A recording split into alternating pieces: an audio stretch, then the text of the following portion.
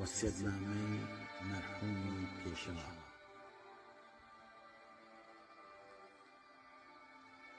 لە دوای سات و کاتی ژیانم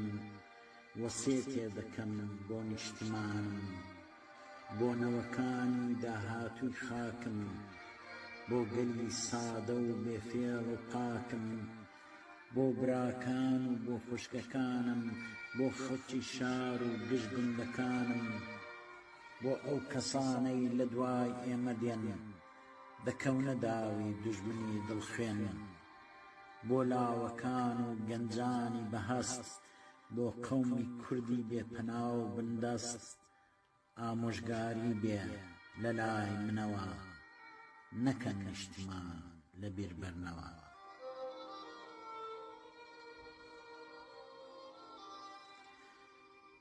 ئامۆژگاری بێ لە لای منەوە نەکەن نیشتمان لە بیربەرنەوە، بۆ خاتری خوا یەکتر مەکوژن، خوێنی هاوخێنی خۆتان مەڕێژن، یەک بگرن گشت و پێکەوە هەستن، لە پشتی یەکتر قایم ڕاوەستن. برا گەر لە پشت برا وەستا بێ، مەگەر بەڵایەک لە لای خوا بێ، بە نرخێکی کەم خۆتان مەفرۆشن، لە ڕێی ڕزگاری وا تێ بکۆشن. دژمنانتان بۆ قازانجی خۆ، ئێوەیان دەوێ بە فێڵ و درۆ، پاشان کە کاریان تەواو بوو پێتان، وەلاتان دەنێن لێژ دەبێت جێتان.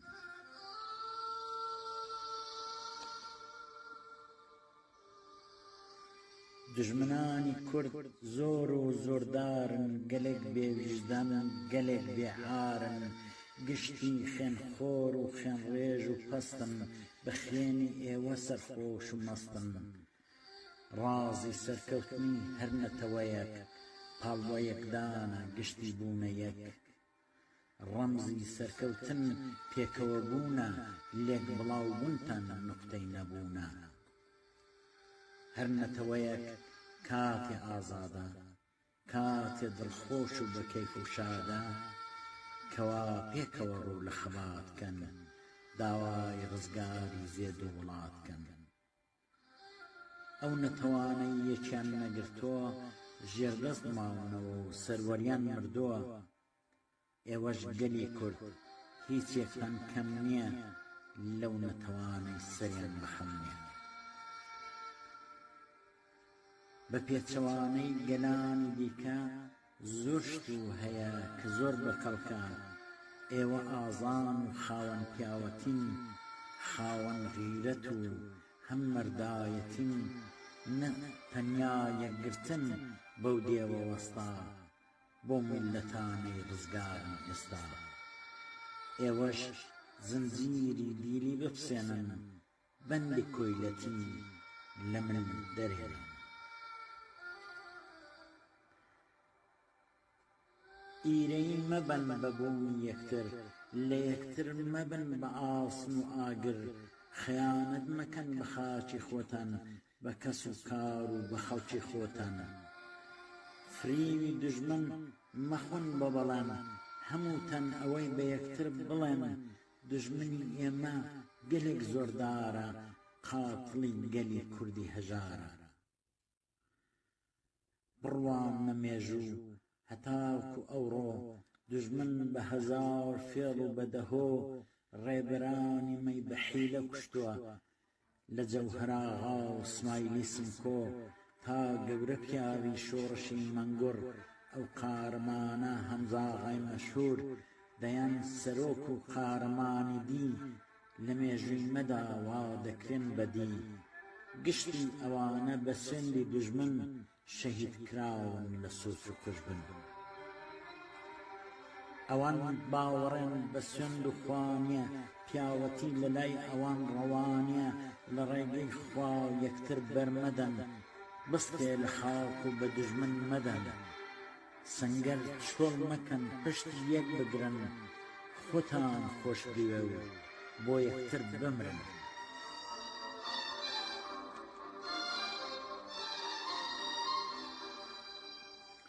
سنگەر چۆڵ مەکەن پشتی یەک بگرن خۆتان خۆش بوێ و بۆ یەکتر بمرن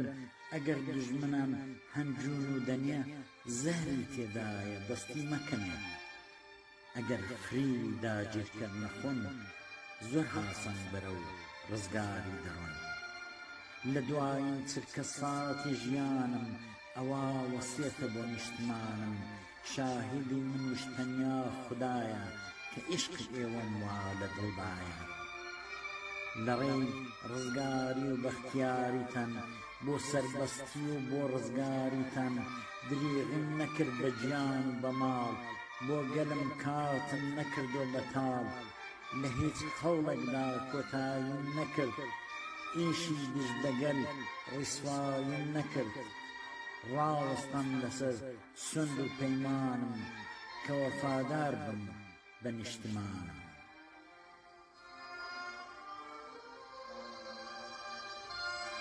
حەول و خەبات و تێکۆشانی من بوو بە ئەرگ لەسەر شانی من پەیمانم دابوو بە جێو نەهێڵم بژیم و بمرم بۆ قەوم و خێڵم بە عیشقی ئێوە لە ناو جەرگەوە سەربەرز دەچم بەرەو مەرگەوە لە لای دژمنان کوردبوون تاوانە کوردێکی پاکبوون چقڵی چاوانە شەڕەف و ماڵ و سەر و گیانمە حەڵاڵە لە لای نەیارانمە کاتێدا گیرکرد لە مەیدانی شەڕ پێتان نەوێرن نەیان برزەفەر پەنا دەبەن بۆ فێڵ و تەڵەکە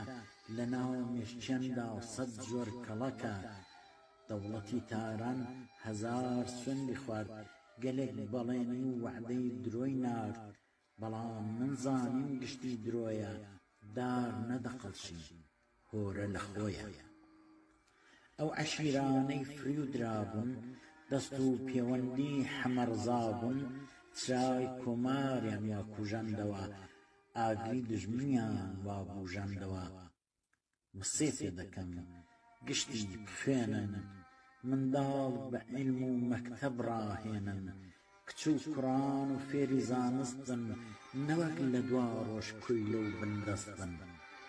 تەنیا شتێکی لە ناومان کەمە مرۆڤی زانا و کەسی عالمە لە کاروان مرۆڤایەتی قافڵە بەرنە پێش بە ئازایەتی خوێندن و عیلم و زانستی ئێوە ببێتە چەکێک لە دەستی ئێوە یەکێتی عیلم بکەن بە پایە دژمن تێک دەشتێ هەتایە بە مەرجی من و ئامۆزاکانم هەرگیز نەترسن ئازیزەکانم چون دەبێ زۆر کەس لە دوای ئێمەدا لە ڕێی سەربەستی ببێ جانفدا داری ئازادی بخێن ئاو نەدرێ بەری ناهێنێ لە کوپۆی دەمرێ لە دوای ئێمەدا ئەمن دڵنیام گەلێک قارەمان دەکەونە ڕێگام بەڵام چون پاکن فریویان دەدەن بە درۆ و دەهۆ لە ناویان دەبەن جا پێتان دەڵێم بۆ داهاتوەکان دەرسی عیبرەت بێ مەرجی قازیەکان بۆ خەمەت جێران بۆ شۆڕژوانان بۆ پیرەکان و بۆ گشت جوانان وەسێ پێ دەکەم هەر بۆ گشتتان بۆ دڵسۆزان خاکی نیشتمان لەخوا داواکەن سەربەست و شاد بن نەتەوەیەکی شاد و ئازاد بن هەرگیز مەپرسن بۆ سەر نەکەوتن ئەگەر چی لە ناو گۆڕی ساڵ خەوتن سەرکەوتنی من لەو کاتەدایە کە سەر بۆ گەلم لە پایداردایە لە پێناوەتەن گیان فیداکردن چ نعمەتێکی گەورەیە مردن من کوردستانم بەخێن دروست کرد من سەرکەوتم و دژمنم پەست کرد